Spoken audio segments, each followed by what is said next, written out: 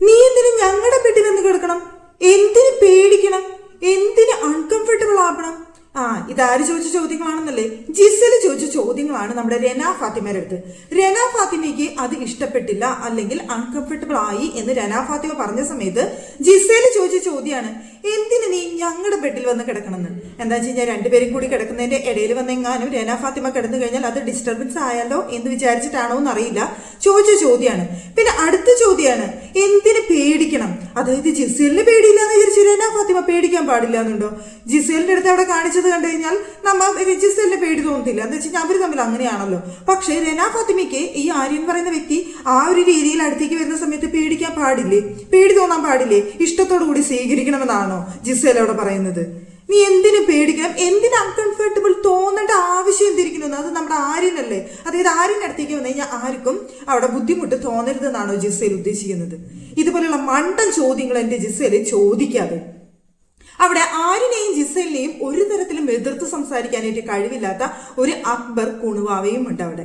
ഇവിടെ ഇത്രയും വിഷയങ്ങൾ നടക്കുന്ന സമയത്ത് ഇത്രയും ക്ലോസ് ഫ്രണ്ട് ആയിട്ടുള്ള അവിടെ അക്ബറിനെ ഈ കാര്യങ്ങൾക്ക് ഒരു വിശദമായി അവർക്കത് കാര്യങ്ങൾ പറഞ്ഞ് മനസ്സിലാക്കാനോ അല്ലെങ്കിൽ ചോദ്യം ചെയ്യാനോ കഴിവില്ലാത്ത ഒരു അക്ബറും അല്ല. ഇവര് ക്ലോസ് ഫ്രണ്ട് ആയതുകൊണ്ടാണ് ഞാൻ അക്ബറിനെ പറഞ്ഞത്. ബാക്കിയും ഉണ്ടായിരുന്ന കുറച്ച് ആണുങ്ങൾ അവിടെ ഒന്നിനും കൊള്ളാത്ത കുറച്ചെണ്ണം.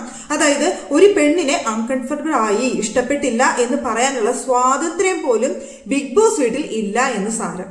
അതായത് ഇപ്പൊ ഒനിലിന്റെ വിഷയം വന്ന സമയത്ത് അവിടെ അത് ഇല്ലാത്തൊരു കാര്യം പറഞ്ഞുണ്ടാക്കിയതുകൊണ്ടാണോ എന്നറിയില്ല, ഇപ്പൊ വരുന്ന കാര്യങ്ങൾക്കൊന്നും തന്നെ അവിടെ സീരിയസ്നെസ് ഇല്ല. അതൊക്കെ വെറുതെ പറഞ്ഞുണ്ടാക്കുന്നതാണെന്നാണ് അവിടെ ഇരുന്ന് അവിടെ ഒനിയില് തന്നെ വന്നിട്ട് രന ഫാത്തിമേനെ നോമിനേറ്റ് ചെയ്തിട്ട് പറയാണ് വെറുതെ പറഞ്ഞുണ്ടാക്കുന്ന കാര്യങ്ങളാണ്, അവർ തമ്മിൽ അഭിനയിച്ചുണ്ടാക്കുന്ന കാര്യങ്ങളാണെന്ന്. ഇതൊക്കെ പറഞ്ഞിട്ടും ഇതൊക്കെ ചെയ്തിട്ടും അവിടെ ആരും പറഞ്ഞുണ്ടാക്കിയ കാര്യമാണ്. മുമ്പ് നോമിനേഷനിൽ പറഞ്ഞിട്ടുണ്ടായിരുന്നു ജിസേലിനെ ഞങ്ങൾ എല്ലാവരും കൂടിയിട്ട് നോമിനേറ്റ് ചെയ്യാന്ന് ഞങ്ങൾ പ്ലാൻ ചെയ്തതാണെന്ന്. അതുപോലെ തന്നെ ഇപ്പൊ പറയാണ് രന ഫാത്തിമ ഞങ്ങൾ നമ്മൾ ഇത് പ്ലാൻ ചെയ്തതാണെന്ന്. അപ്പൊ ആരാ പൊട്ടന്മാരായത്? പ്രേക്ഷകരോ അത് അവിടെയുള്ളവരോ? എനിക്ക് മനസ്സിലായില്ലേ ഈ ചെറുക്കനത് എന്തുദ്ദേശിച്ചുകൊണ്ടാണെന്ന്. ഈ ചെറുക്കനെടുത്ത് പുറത്ത് കളയാനായിട്ട് എത്ര അവസരം ഉണ്ടായിട്ടും ബിഗ് ബോസെ നിങ്ങളുടെ ഫേവറേറ്റ് ആണെന്ന് അറിയാം, പക്ഷെ കാണുന്ന ഞങ്ങൾക്കൊരു പരിധിയില്ലേ ഈ മുതലിലൊക്കെ കണ്ടിരിക്കാനായിട്ട്. അത്രയും വെറുപ്പിക്കുന്നുണ്ട് ഈ മുതല്. കാണിക്കുന്ന ആക്ഷൻസും ഭാവങ്ങളും ഇതൊക്കെ കണ്ടു കഴിഞ്ഞാലുണ്ടല്ലോ കാണുന്ന പ്രേക്ഷകർക്ക് ഒരു തരത്തിലും അംഗീകരിക്കാനോ ഇഷ്ടപ്പെടാനോ കഴിയാത്ത ഒരു തരത്തിലുള്ള ഭാവങ്ങളും കാര്യങ്ങളാണ് അവിടെ കാണിക്കുന്നത്. അതുകൊണ്ട് പറഞ്ഞു പോകുന്നതാണ്, അല്ലാതെ മറ്റൊന്നും കൊണ്ടല്ല. ഇവിടെ ആര്യൻ എന്ന് പറയുന്ന വ്യക്തി എനിക്ക് തോന്നുന്നു ഫസ്റ്റ് വീക്ക് വലിയ ഭേദപ്പെട്ട രീതിയിൽ നിന്നിട്ടുണ്ട്. പിന്നെ അവിടെ നമ്മുടെ ജിസേലുമായിട്ട് ഇന്നു മുതൽ ക്ലോസ് ആയി തുടങ്ങിയോ പിന്നെ ജിസേലിന്റെ അടിമയാണ്. ജിസേലിന്റെ വെറും ഒരു ഷാഡോ അല്ലെങ്കിൽ PA ജിസേലിന് വേണ്ടി അവിടെ സംസാരിക്കുന്നു. ഇന്നിപ്പോ നിങ്ങൾ ഉണ്ടായ സംഭവം തന്നെ നോക്കി നോക്ക്. ജിസേലോട് പറയാണ് ഞാൻ പറയാം ആര്യന്റെ അടുത്ത് സോറി പറയാനായിട്ട്. ജിസേൽ പറയാണ് രന ഫാത്തിമയുടെ അടുത്ത് സോറി പറയില്ല ഞാൻ പറയാം എന്ന് പറഞ്ഞ് ജിസേൽ പറഞ്ഞപ്പോൾ അവിടെ സോറി വന്നു. സോറി നിനക്ക് അങ്ങനെ തോന്നി സോറി.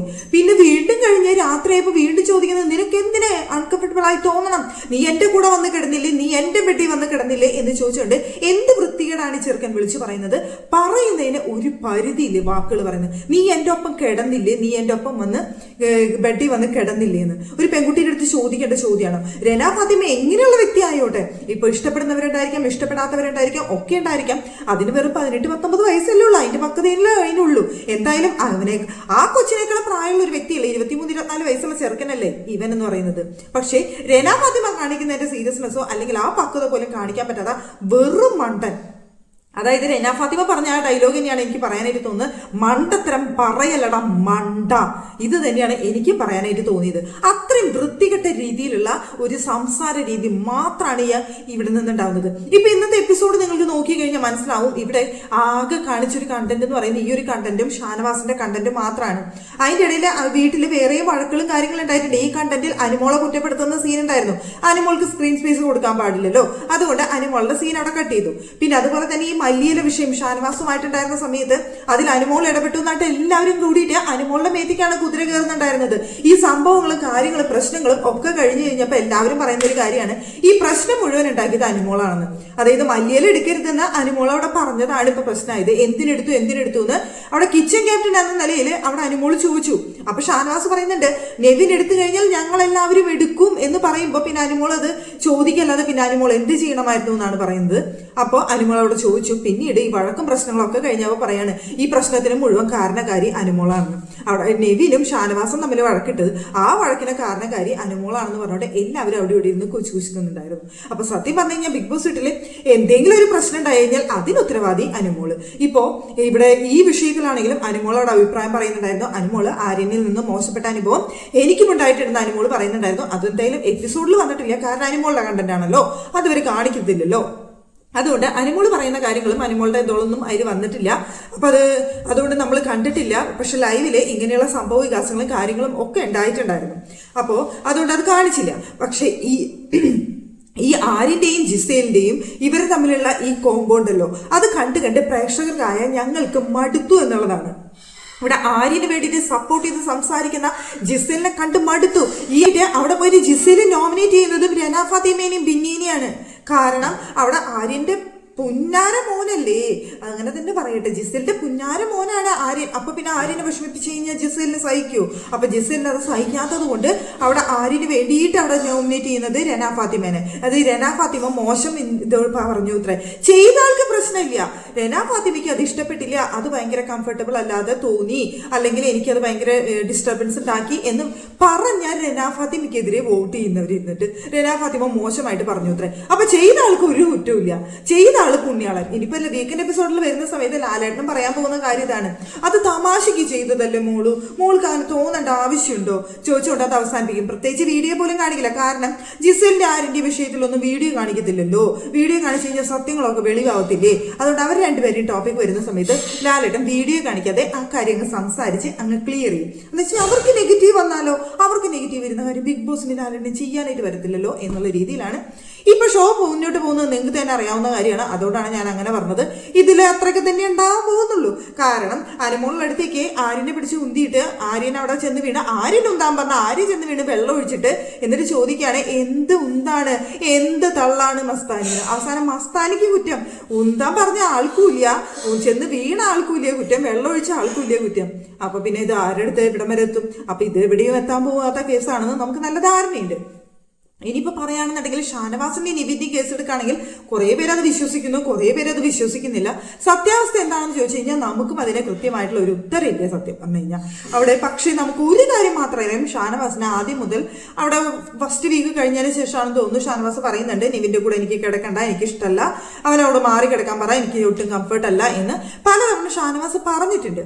പക്ഷേ അത് ഈ സമയത്ത് എടുത്തിട്ടത് അവിടെ നിവിനുമായിട്ടുണ്ടായ ആ ഒരു വിഷയം, വഴക്ക് പ്രശ്നങ്ങളും കാരണം അവിടെ അങ്ങോട്ടും ഇങ്ങോട്ടും പരസ്പരം പോർവിളി കാര്യങ്ങളായപ്പോൾ കിട്ടിയ അവസരത്തിൽ ഷാനവാസ് അതെടുത്ത് ഉപയോഗിച്ചു. പക്ഷെ നിവിൻ അത് സ്നേഹത്തോടെ ചെയ്തതോ അത് മോശം ഇന്റൻഷനിലോ ചെയ്തതോ ആണോ എന്ന് ചോദിച്ചു കഴിഞ്ഞാൽ നമുക്കത് പറയാനായിട്ട് സാധിക്കില്ല. അത് കാരണം അത് ഷാനവാസിന് ഇഷ്ടപ്പെടാത്തൊരു കാര്യം ഷാനവാസ് അവിടെ നിവിന്റെ അടുത്ത് ചെയ്യരുതെന്ന് പറഞ്ഞിട്ട് നിവിൻ അത് വീണ്ടും ചെയ്തിട്ടാണ് ഷാനവാസ് അവിടെ മാറിക്കിടന്നത്.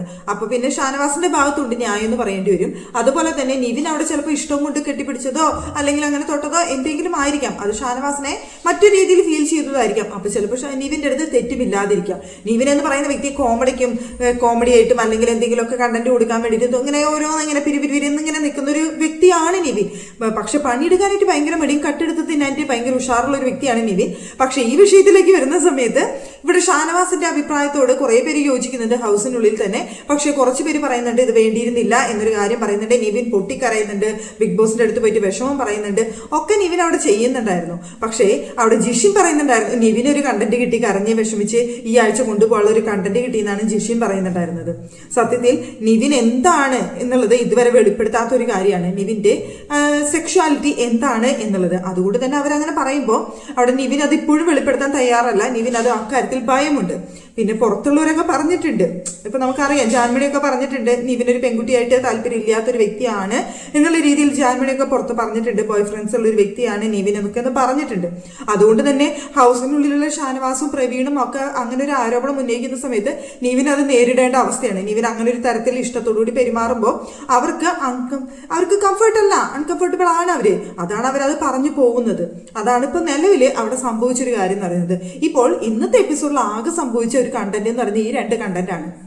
ഈ രണ്ട് കണ്ടന്റും സത്യം പറഞ്ഞു കഴിഞ്ഞാൽ ഒരു മോശപ്പെട്ട കണ്ടന്റോ അല്ലെങ്കിൽ ഒരു എന്താ പറയുക ഇക്കിളി കണ്ടന്റോ ഒക്കെ തന്നെയാണ്. ഇതിൽ യാതൊരു സംശയമില്ലാത്ത കാര്യമാണ്. പക്ഷേ ഇവിടെ നമ്മുടെ രന ഫാത്തിമയുടെ വിഷയം വരുന്ന സമയത്ത് രന ഫാത്തിമേനെ വളരെ മോശമായിട്ട് ചിത്രീകരിക്കാനായിട്ട് അവിടെ ശ്രമിച്ച ആര്യനോട് എനിക്ക് ഒട്ടും യോജിക്കാനായിട്ട് കഴിയില്ല. കാരണം അവിടെ രന ഫാത്തിമ എന്റെ ബെഡിൽ വന്ന് കിടന്നു, എന്റെ കൂടെ കിടന്നു, ഞങ്ങളത് പ്ലാൻ ചെയ്തുണ്ടാക്കിയതാണെന്നൊന്നും പറഞ്ഞ ആര്യന്റെ ആ സ്റ്റേറ്റ്മെന്റുകളോട് ഒട്ടും യോജിക്കാനായിട്ട് കഴിയില്ല. ഒരു കുട്ടിക്ക് അത് ഇഷ്ടപ്പെട്ടില്ല എന്നുണ്ടെങ്കിൽ സോറി, ഞാൻ അങ്ങനെ ഉദ്ദേശിച്ചിട്ടായിരുന്നില്ല കേട്ടോ, സോറി, ഞാൻ വെറുതെ തമാശക്ക് ചെയ്താണെന്ന് പറഞ്ഞു കഴിഞ്ഞാൽ അവിടെ തീരാവുന്ന ഒരു പ്രശ്നം ഇത്രയും വഷളാക്കിയത് ആര്യനാണെന്നേ ഞാൻ പറയുള്ളൂ. അത് ന്യായീകരിച്ച് മെഴുകാൻ വേണ്ടി ആര്യൻ കുറെ കഷ്ടപ്പെടുന്നുണ്ട്, കൂട്ടത്തിൽ ജിസേലും. എന്ന് വെച്ച് കഴിഞ്ഞാൽ പുന്നാര കുണുവാവനെ അങ്ങനെ അതുപോലെ ചേർത്ത് പിടിക്കണ്ടേ ജിസേലിനെ. അപ്പോൾ ആര്യന് എന്തെങ്കിലും ഒരു വിഷമം പറ്റിയാലോ അല്ലെങ്കിൽ പുറത്ത് നെഗറ്റീവ് ആയാലോ അത് ജിസേലിന് സഹിക്കത്തില്ലല്ലോ. അതുകൊണ്ടാണെന്ന് തോന്നുന്നു അവിടെ വെളുപ്പിക്കാൻ വേണ്ടി ജിസേല് കുറെ കഷ്ടപ്പെടുന്നുണ്ടായിരുന്നു.